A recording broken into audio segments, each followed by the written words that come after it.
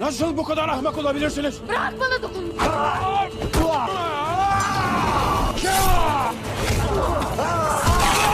Ölümün tatlı nefesi bu Bamsen.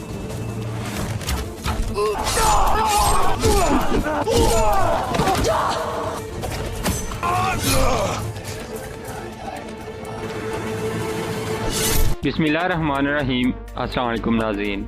इस किस्त के आगाज में हल्ली बाजार में चवदार और कई कबीले की औरतें मिलकर कालीनें बनाने में मसरूफ होती हैं। इसी दौरान बानो जिजिक हाइमा हनम के पास आकर कहती है अभी भी दानों कबीलों की औरतों के दरमियान मजबूत इत्तेहाद नहीं है, वो आपस में नाराज हैं। फिर हलीमा सुल्तान भी उनके पास आ जाती है और आकर कहती है वो एक माँ के रहम दिल अल्फाज का इंतजार कर रही है। ये सुनकर हाइमा हनम आवाज देती है चवदार कबीले की औरतों, कई कबीले की औरतों यहाँ आओ और मेरी बात सुनो। हाइमा हनम की आवाज सुनने के बाद वहाँ मौजूद तमाम औरतें उनके पास आ जाती हैं। हाइमा हनम उन सबको इत्तेफाक और इत्तेहाद से रहने की तबलीग देते हुए कहती हैं हम न सिर्फ एक ही सरजमीन पर जी रहे हैं बल्कि अपनी किस्मत को भी बांट रहे हैं। हम रिश्तेदारों से बढ़कर करीब तर हैं। अब हमारा फर्ज बनता है कि हम अमन की खातिर सुलह सफाई से एक दूसरे के साथ रहें, जिस तरह हम दोनों कबीलों के मर्द हजरात कर रहे हैं। और फिर दुआ करते हुए कहती हैं अल्लाह करे हमारे दोनों कबीले फतह से हमकिनार हों और इस लिहान हतून हैर हरियत से कबीले वापस आ जाए। तमाम औरतें मिलकर कहती हैं आमीन। हलीमा सुल्तान कहती है अमन कायम करने में खुदा हमारी मदद फरमाए। तमाम औरतें कहती हैं आमीन। आखिर में हाइमा हनम तमाम औरतों से कहती हैं सब औरतें एक दूसरे के साथ गले मिलें। ये सुनकर वहाँ मौजूद तमाम औरतें खुशी खुशी एक दूसरे के साथ गले मिलने लगती हैं। इसी दौरान चोलपन कहती है क्या गले मिलने से हमारे दुख कम हो जाएंगे? जानदार बे जिन्होंने अपनी तमाम जिंदगी चावदार कबीले की खातिर वक्फ कर दी, हमने उन्हें इसी बाजार में खोया था और मैंने अपना बच्चा भी इसी बाजार में खोया है। हम ये सब कैसे भूल सकते हैं? ये सुनकर हाइमा हनम चोलपन को कहती हैं तुम अपना मुंह बंद रखो, हम दोनों कबीलों में इत्तेहाद कायम करने की कोशिश कर रहे हैं और तुम इसको खराब कर रही हो। फिर हलीमा सुल्तान कहती हैं ये सब तुम्हारे शोहर और आल की वजह से हुआ है। आज इस लिहान हतून यहाँ क्यों मौजूद नहीं है? क्यों अलियार बे इतने जख्मी हैं? क्योंकि और आल के करीबी सिपाही ने इस लिहान को अगवा किया है। इसके बावजूद चोलपन खामोश नहीं होती और चावदार कबीले की औरतों को भड़काते हुए कहती है चावदार कबीले की औरतों क्या तुम्हारी कोई इज्जत नहीं है? ये सुनकर हाइमा हनम गुस्से में आ जाती है और चोलपन को डांट देती है। फिर चोलपन कहती है चावदार कबीले की औरतों शर्म आनी चाहिए तुम्हें, तुम सब खड़ी हो और तुम्हारे सामने तुम्हारे सरदार की बीवी को बेइज्जत किया जा रहा है। हाइमा हनम कहती हैं खामोश हो जाओ, चावदार कबीले के सरदार अलियार बे हैं और याद रखो चावदार कबीले की औरतें किसी गलीज और चालबाज औरत का साथ नहीं देंगी। अब अपनी बकवास बंद करो और यहाँ से जाओ। फिर चोलपन वहाँ से चली जाती है। उधर चावदार कबीले के मरकजी खेमे में और आल सरदार की नशिस्त पे बैठा होता है। इतने में हजार उसके पास आ जाता है और फिर कहता है अच्छी खबर नहीं है और आल बे, अलियार होश में आ गया है और सेहतयाब हो रहा है। और आल कहता है कोई बात नहीं, वो इस काबिल नहीं कि हमें रोक सके। फिर हजार कहता है एक और बात है और आल बे, कुतलूजा ने कुनर बे की लाश देख ली है। ये सुनने के बाद औराल सख्त परेशान हो जाता है और हजार के पास आकर कहता है तुम इतने बेवकूफ कैसे हो सकते हो? तुमने लाश को इतने करीब क्यों फेंका था? हजार कहता है लाजमी कुतलूजा के सिपाही सारी रात हमारा पीछा करते रहे हैं वरना वो लाश को तलाश न कर पाते। उधर कारा चैसर किले में गवर्नर वसूलियत कमांडर टीओ को आजाद कर देता है और फिर उसे बामसी को दोबारा पकड़ने का मिशन देता है। टीओ के साथ बाकी सिपाही भी मौजूद होते हैं और वो छुप कर बामसी को देखने लगते हैं। इसी दौरान बामसी हाजतोरियन मास्टर की दुकान पे मौजूद होता है। फिर हाजतोरियन पूछता है इतने उदास क्यों हो बामसी? बामसी कहता है मैं प्यार में कैद हो गया था और अब मैं आजाद हो गया हूँ, अब मैं अपने कबीले वापस जा रहा हूँ। और फिर खड़ा हो जाता है और कहता है अब मुझे इजाजत दे, मैं चलता हूँ। फिर बामसी वहाँ से चल पड़ता है। ये देखकर टीओ और उसके आदमी भी उसके पीछे चल पड़ते हैं। दूसरी तरफ अर्तुगरुल और तुर्गुतल्फ जंगल में एक जगह बैठे होते हैं और वसूलियत के सिपाहियों का इंतजार कर रहे होते हैं। इतने में अर्तुगरुल का एक जंगजू आकर कहता है वो आ रहे हैं अर्तुगरुल बे। फिर वो उठकर आगे आ जाते हैं और उनको देखने लगते हैं। फिर तुर्गुतल्फ कहता है आप ठीक कह रहे थे अर्तुगरुल बे, वो इस लिहान को लेकर जाने के लिए आ रहे हैं। वसूलियत के सिपाही आहिस्ता आहिस्ता आगे बढ़ रहे होते हैं। फिर अर्तुगरुल कहता है हम तब तक हरकत में नहीं आएंगे जब तक हमें इनकी असल मंजिल का पता नहीं लग जाता। उधर बामसी अपने कबीले की जानिब वापस आने के लिए अपने घोड़े पे आ रहा होता है। इसी दौरान टीओ और उसके सिपाही भी बामसी का पीछा कर रहे होते हैं। बामसी के पास कोई हथियार नहीं होता क्योंकि वसूलियत के कमांडर ने बामसी को तलवारें वापस करने से इनकार कर दिया था। उधर वसूलियत के सिपाही गार में इस लिहान के पास पहुंच जाते हैं। एक सिपाही आगे बढ़ के इस लिहान के पाँव की रस्सी खोल देता है। इस लिहान गुस्से से उस पर चलाते हुए कहती है मुझे छोड़ दो और मुझे जाने दो। फिर इस लिहान दिक्का मारकर उस सिपाही को गिरा देती है, जिसके बाद वो सिपाही उठकर इस लिहान के पेट पे जोरदार गोंसा मारता है और फिर कहता है अगर जिंदा रहना चाहती हो तो अच्छे तरीके से रहो। फिर वो सिपाही इस लिहान को लेकर गार से बाहर निकल जाते हैं। इसी दौरान बामसी एक जगह पहुंचकर आराम की खातिर रुक जाता है और अपना घोड़ा बांध देता है। फिर एक तरफ जाकर बैठ जाता है और दुआ मांगने लगता है या अल्लाह मैं तुम्हारी बनाई हुई हर खूबसूरत चीज मैं हेलेना को देख रहा हूँ। मैं अपनी सोच पे काबू नहीं कर पा रहा। छीन ले बिनाई मुझसे मेरी, यार अब अंधा कर दे मुझे, इस तरह मैं तुम्हारी बनाई हुई कोई खूबसूरती नहीं देख पाऊंगा। फिर वामसी अपनी आंखें बंद कर लेता है। इतने में उधर टीओ भी आ जाता है और पीछे से घोड़ा खोल कर भगा देता है और फिर वामसी की तरफ बढ़ने लगता है। वामसी उसकी आहट सुनकर उसकी तरफ मुतवज्जो होता है और उठकर उसके सामने खड़ा हो जाता है। फिर वामसी उसे कहता है, तुम यहाँ क्या कर रहे हो? टीओ कहता है, मैं यहाँ तुम्हें तुम्हारे अंदर के शैतान से बचाने के लिए आया हूँ। ये सुनकर वामसी उस पर हमला करने के लिए अपनी तलवारें निकालने की कोशिश करता है और फिर उसे ख्याल आता है कि उसके पास तो कोई तलवार ही नहीं है, क्योंकि उसकी दोनों तलवारें वसूलियत के कमांडर ने वापस ही नहीं की थी। फिर टीओ के बाकी सिपाही भी वहाँ आ जाते हैं और मिलकर वामसी पर हमला कर देते हैं। वामसी बहादुरी से उनका मुकाबला करता है और टीओ के सिपाहियों के साथ लड़ते हुए उन्हीं के हथियार इस्तेमाल करके उन्हें मार देता है। फिर टीओ आगे बढ़ता है और अपनी छड़ी से वामसी पर हमला करता है और उसे गिरा देता है और वामसी की बाजू को जोरदार तरीके से खींचकर उसको हिला देता है। फिर वामसी हिम्मत करके दोबारा उठ जाता है और टीओ के आखिरी सिपाही पर हमला करके उसे भी पिछाड़ देता है। ये देखकर टीओ दोबारा वामसी पर हमला कर देता है। वामसी अपना दिफा करते हुए टीओ की छड़ी को तोड़ देता है। फिर टीओ अपना खंजर निकाल कर वामसी को जख्मी कर देता है। वामसी पास पड़े टीओ की छड़ी के टूटे हुए टुकड़े को उठा लेता है और जोरदार तरीके से उसकी टांग में घुसा देता है। इस तरह वो टीओ को भी जख्मी करके गिरा देता है और फिर पीछे मुड़कर अपना घोड़ा देखने लगता है, लेकिन उसका घोड़ा मौजूद नहीं होता। टीओ वामसी को कहता है, तुम्हारा घोड़ा जा चुका है, तुम्हारी तलवारों की तरह, तुम्हारे बाजू की तरह और तुम्हारे प्यार की तरह। अब मैं ही तुम्हारी निजात हूँ। ये सुनकर वामसी उसे कहता है, जहन्नुम में जाओ तुम। ये कहकर वामसी पैदल ही आगे बढ़ने लगता है। फिर टीओ अपनी टांग से लकड़ी का टुकड़ा निकाल कर कहता है, मैं तुम्हें ढूंढ लूंगा वामसी, तुम मुझसे दूर नहीं जा सकते। ये कहकर वो भी वामसी के पीछे चल पड़ता है। उधर वसूलियत के सिपाही एक जगह खड़े होते हैं। इसी दौरान अर्तुगरुल और उसके जंगजू भी उन्हें देख रहे होते हैं। फिर कुछ वसूलियत के सिपाही इस्लेहान को पकड़े हुए आगे आते हैं। इसी दौरान अर्तुगरुल के जंगजू भी अपनी जगह संभाले हमला करने के लिए तैयार बैठे होते हैं। फिर अर्तुगरुल और तुर्गुतल्प अपनी जगह से उठकर वसूलियत के सिपाहियों के सामने आ जाते हैं और फिर अर्तुगरुल अपना हाथ बुलंद करता है और जैसे ही मुट्ठी बंद करके इशारा करता है तो उसके जंगजू ये इशारा देख के वसूलियत के सिपाहियों पे तीरों से हमला कर देते हैं, जिसके बाद वसूलियत के काफी सारे सिपाही मारे जाते हैं। जिसके बाद अर्तुगरुल के जंगजू बाहर आ जाते हैं और अपनी तलवारें निकाल कर वसूलियत के बाकी सिपाहियों के साथ बहादुरी से लड़ना शुरू हो जाते हैं। कुछ ही देर में अर्तुगरुल के जंगजू वसूलियत के बाकी सिपाहियों को उनके अंजाम पे पहुंचा देते हैं, सिवाय एक के जिसने इस्लेहान को पकड़ा होता है। फिर वो सिपाही अपना खंजर निकाल कर इस्लेहान की गर्दन पे रख लेता है। ये देख के अर्तुगरुल अपनी तलवार नीचे कर लेता है और होशियारी के साथ अपना खंजर निकालने की कोशिश करता है। इसी दौरान इस्लेहान अपना दिफा करते हुए वसूलियत के उस सिपाही के पांव पर हमला करती है। इतने में अर्तुगरुल अपना खंजर निकाल कर उस सिपाही को निशाना बना लेता है, जिसके बाद अर्तुगरुल अपनी तलवार से उस सिपाही को भी खत्म कर देता है। इस तरह वसूलियत के तमाम सिपाहियों का खात्मा हो जाता है। फिर अर्तुगरुल आगे बढ़कर इस्लेहान के हाथ खोलने लगता है, जिसके बाद इस्लेहान पूछती है, अलियार बे कैसे हैं? उनके लिए ये साजिश करके जाल बिछाया गया था। अर्तुगरुल कहता है, वो जख्मी हो गया था लेकिन अल्हम्दुलिल्लाह वो ठीक है अब। ये सुनकर इस्लेहान खुश हो जाती है और कहती है,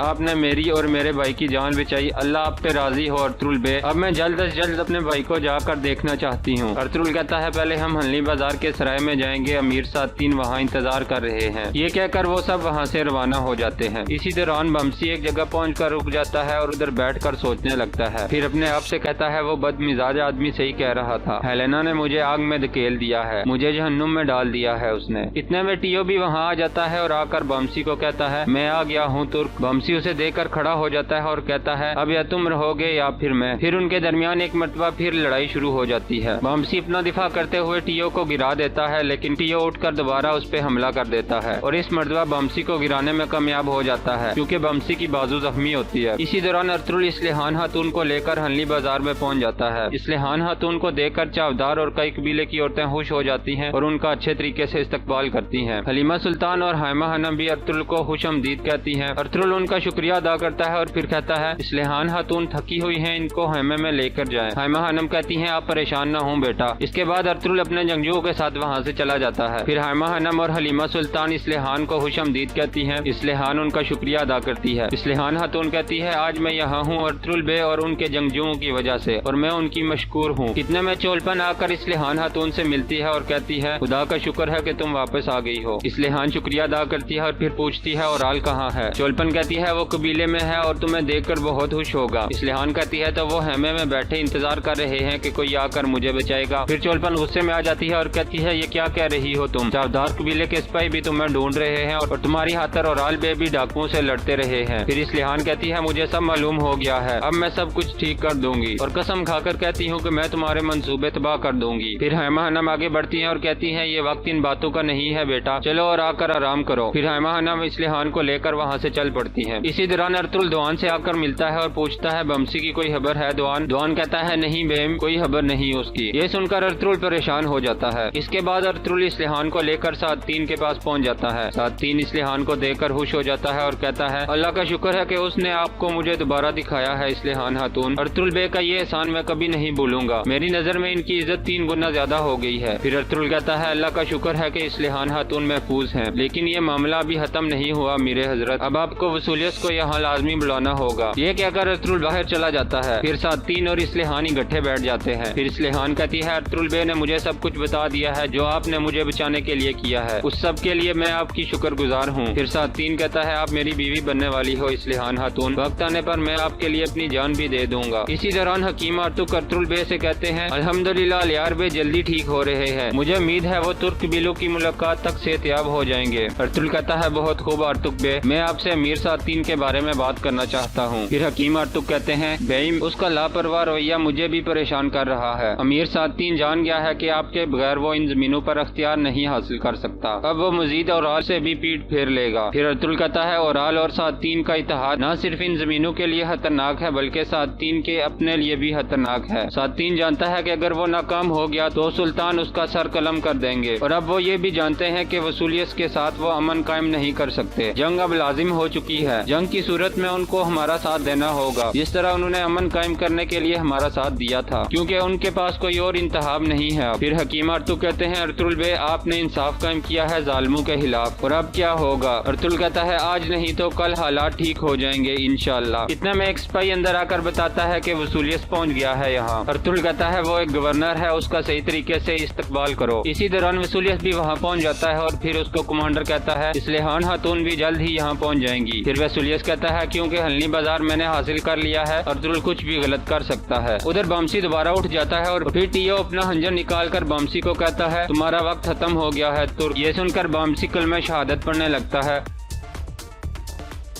जिसके बाद टीओ उसको मारकर गिरा देता है। उधर वसूलियत कमांडर को कहता है तुम मोहतात रहना। ये कहकर वो अंदर चले जाते हैं और जाकर अर्तुगरुल के सामने खड़े हो जाते हैं। इतने में इस्लिहान पीछे से आकर सामने आ जाती है। उसको देखकर वसूलियत हैरान और परेशान रह जाता है। वसूलियत की आंखें खुली की खुली रह जाती हैं। फिर अर्तुगरुल कहता है मैंने सुना है कि तुम अमीर सात-तीन के साथ कोई मायदा करना चाहते हो कमांडर वसूलियत। अब मैं तुम्हें यहाँ आजमाना चाहता हूँ और देखना चाहता हूँ कि तुम कितने इज्जतदार हो। और यहाँ इस किस्त का इख्तिताम हो जाता है।